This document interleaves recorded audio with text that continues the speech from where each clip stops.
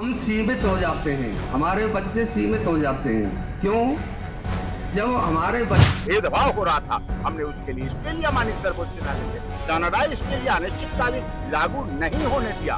बाद में धर्मेंद्र प्रधान जी ने इस्तीफा भी दिया, चेयरमैन का भी इस्तीफा हुआ, सब कुछ हुआ। तो हम नहीं चाहते हैं आगे आने वाले समय में इस तरह की भावना फैले, या दूसरा इसका ये परिणाम होगा अगर सरकार समय पर नहीं चेती।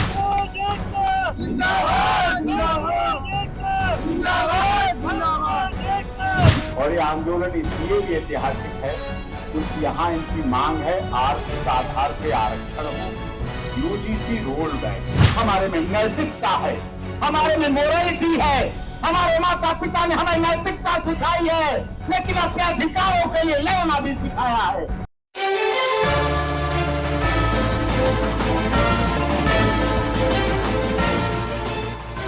यूजीसी लाए तो मैंने स्टे दिलाया ना, मैं ही तो डॉक्टर एपी सिंह हूँ जो माननीय सर्वोच्च न्यायालय में याचिका लगाई। डॉक्टर कुंवर हरिवंश सिंह जी हमारे माननीय सांसद रहे, भाजपा के सांसद रहे, उनकी तरफ से हमने याचिका लगाई और देश में जो सवर्ण के साथ भेदभाव हो रहा था हमने उसके लिए स्टे लिया माननीय सर्वोच्च न्यायालय से। कनाडा स्टे लिया, अनिश्चितकालीन लागू नहीं होने दिया। बाद में धर्मेंद्र प्रधान जी ने इस्तीफा भी दिया, चेयरमैन का भी इस्तीफा हुआ, सब कुछ हुआ। तो जागरूक समाज है और अब परशुराम दल पूरी तरह से देश में जागरूक हो चुका है। कई राज्यों में भी संगठन ये काम कर रहा है और हर राज्य में परशुराम दल के कार्यकर्ता आगे आने वाले समय में प्रदेश की राजधानियों में ज्ञापन देंगे। प्रदेश की राजधानियों में अभी शांतिपूर्वक, देखिए मैं बड़ी साफ कहता हूं, मुझे लाग लपेट नहीं आता, अभी हमने शुरुआत की है शांतिपूर्वक, और शांति में थोड़ा ही सा समय लगता है, उसके आगे जोड़ देने में अशांति। वो कहेंगे अशांति, लेकिन मेरे लिए वो शांति होगी क्योंकि हम अपने अधिकारों के लिए लड़ रहे होंगे, अपने देश के लिए लड़ रहे होंगे, अपने युवाओं के लिए लड़ रहे होंगे। इसलिए शांति से मान जाएंगे तो अच्छी बात है, उसी में भलाई है। और अगर आदत पड़ गई होगी इसी तरह की तो साहब पैर सवर्ण समाज के भी हैं, हाथ सवर्ण समाज के भी हैं, लाठियां सवर्ण समाज भी उठाना जानता है। परशुराम भगवान ने हमें फरसा दे रखा है और महाराणा प्रताप ने हमें तलवार दे रखी है, और शिव जी, ये सावन का महीना चल रहा है, त्रिशूल भी हमें शिव जी ने दे रखा है। नवरात्रे आएंगी, हमारी माता ने हमें तलवार भी दे रखी है, सब कुछ दे रखा है, फिर हमसे कुछ छिपा नहीं रह जाएगा। देश के ऐतिहासिक जंतर मंतर जो कि आंदोलन की धरती हो चुकी है, और यहाँ पर सवर्ण समाज के संयुक्त तत्वाधान में परशुराम दल की अगुवाई में ये आज आप देख रहे हैं यहाँ आंदोलन की शुरुआत हुई है। और ये आंदोलन इसलिए भी ऐतिहासिक है क्योंकि यहाँ इनकी मांग है आर्थिक आधार पे आरक्षण हो, यूजीसी रोल बैक हो। यूजीसी का कानून केवल और केवल सवर्ण समाज के लिए दमन करने के लिए लाया कि उनके छात्र छात्राएं पढ़ न सके। हमें पिछले वर्ष बताया गया कि 60 करोड़ लोग दिव्य कुंभ महाकुंभ में एक साथ स्नान करके आए। क्या मैं वहां पूछता हूं कोई जाति थी? क्या ब्राह्मण, क्षत्रिय, वैश्य, दलित की कोई अलग लाइनें थी? क्या कोई घाट था हमारा? कोई जब नहीं था तो हम एक साथ जब स्नान कर सकते हैं दिव्य कुंभ में, तो छात्र बच्चे पढ़ क्यों नहीं सकते? क्या हम अलग कॉरिडोर बनाएंगे? क्या अलग लैब बनाएंगे? क्या अलग टीचर लाएंगे? क्या कैंटीन बनाएंगे अलग? क्या प्रोफेसर लाएंगे? क्या अलग छात्रावास लाएंगे? यूजीसी की किसी ने मांग भी नहीं की थी, इसीलिए परशुराम दल भी यूजीसी रोल बैक की मांग कर रहा है। हमारे माननीय सांसद डॉक्टर कुंवर हरिवंश सिंह जी जो भारतीय जनता पार्टी के सांसद रहे, महेंद्र सिंह तंवर जी अखिल भारतीय क्षत्रिय महासभा, राघवेंद्र सिंह राजू जी, इन सबकी याचिका पर, अखिल भारतीय ब्राह्मण महासभा, सबकी याचिका पर हमने माननीय सर्वोच्च न्यायालय में पिटीशन लगाई। पिटीशन लगाने के बाद मैं धन्यवाद करता हूं माननीय सर्वोच्च न्यायालय का, उन्होंने हमें सैनिटाइज स्टे दिया अनिश्चित काल के लिए। पहले स्टे दिया, फिर आसाम में, बंगाल में चुनाव हो रहे थे, लोग यूजीसी को मुद्दा बना रहे थे। उसके बाद हमने मांग की माननीय सर्वोच्च न्यायालय से, तो उन्होंने कहा हम सैनिटाइज स्टे दे रहे हैं जिससे कोई कंट्रोवर्सी ना पैदा हो। हम धन्यवाद करते हैं। लेकिन धर्मेंद्र प्रधान जी का इस्तीफा हुआ, यूजीसी के चेयरमैन का इस्तीफा हटाए गए, तो अब यूजीसी रोल बैक क्यों नहीं हो रही है? इसीलिए परशुराम दल के विभिन्न प्रदेशों के मुख्य सिर्फ अध्यक्ष आए हैं।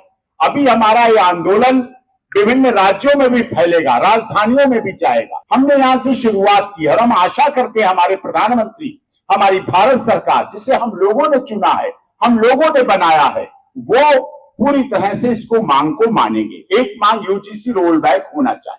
दूसरी मांग है हमारी आर्थिक आधार पे आरक्षण, जातिगत आरक्षण खत्म हो। दुनिया के किसी देश में, पूरी दुनिया में जाता हूं, मोदी जी भी दुनिया में जाते हैं, राहुल गांधी जी भी दुनिया में जाते हैं, अखिलेश जी भी जाते हैं घूमने फिरने के लिए, बहन मायावती जी भी गई हैं।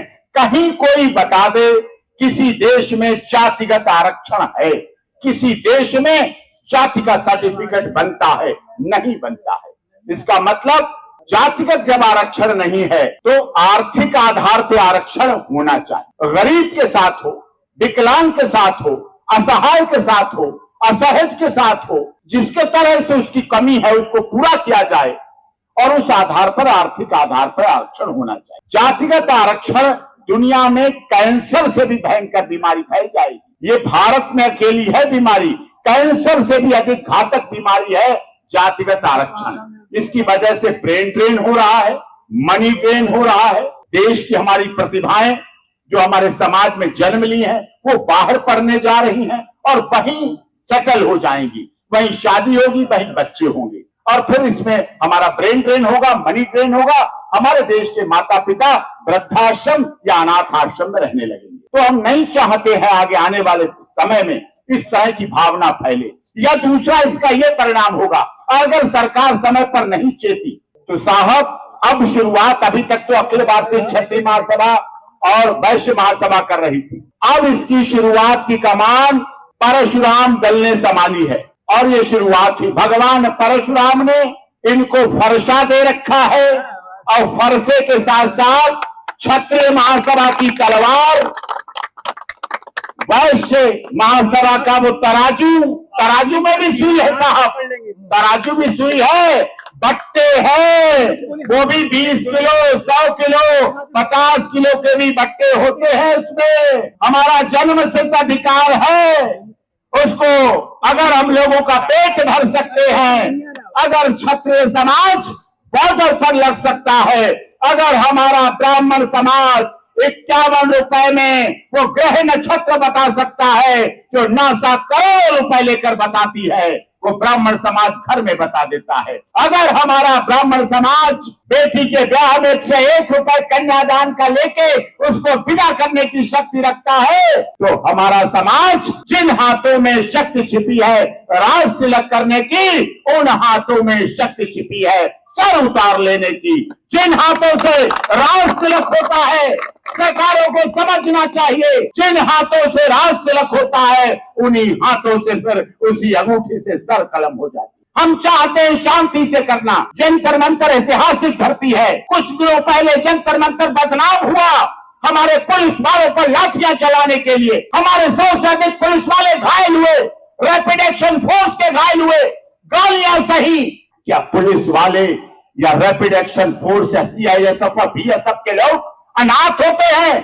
क्या उनके माँ बाप नहीं है? क्या उनकी पत्नी नहीं है? क्या उनके बच्चे नहीं है? लेकिन यहां से वो खूनी जलजला देखा गया।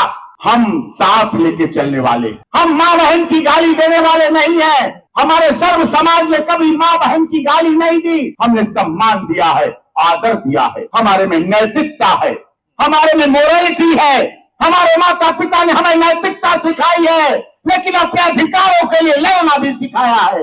कोई दुनिया की ताकत, कोई सरकार, कोई दल, कोई नेता, कोई पक्ष, कोई विपक्ष इस धरती पर पैदा नहीं हुआ है जो हमारे अधिकारों को लेने से रोक सके। कल कॉन्स्टिट्यूशन क्लब में सर्व समाज की बैठक थी और आगे कार्यक्रम इस जंतर मंतर की धरती से होंगे।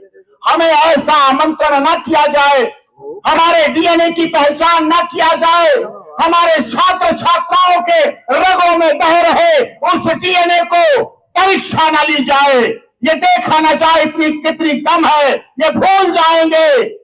जब फरसा भी उठेगा तलवार भी उठेगी और सावन के महीने में हम केवल शिव जी के त्रिशूल की पूजा ही करना नहीं जानते हैं, शिव जी के त्रिशूल को हाथ में भी लेना जानते हैं।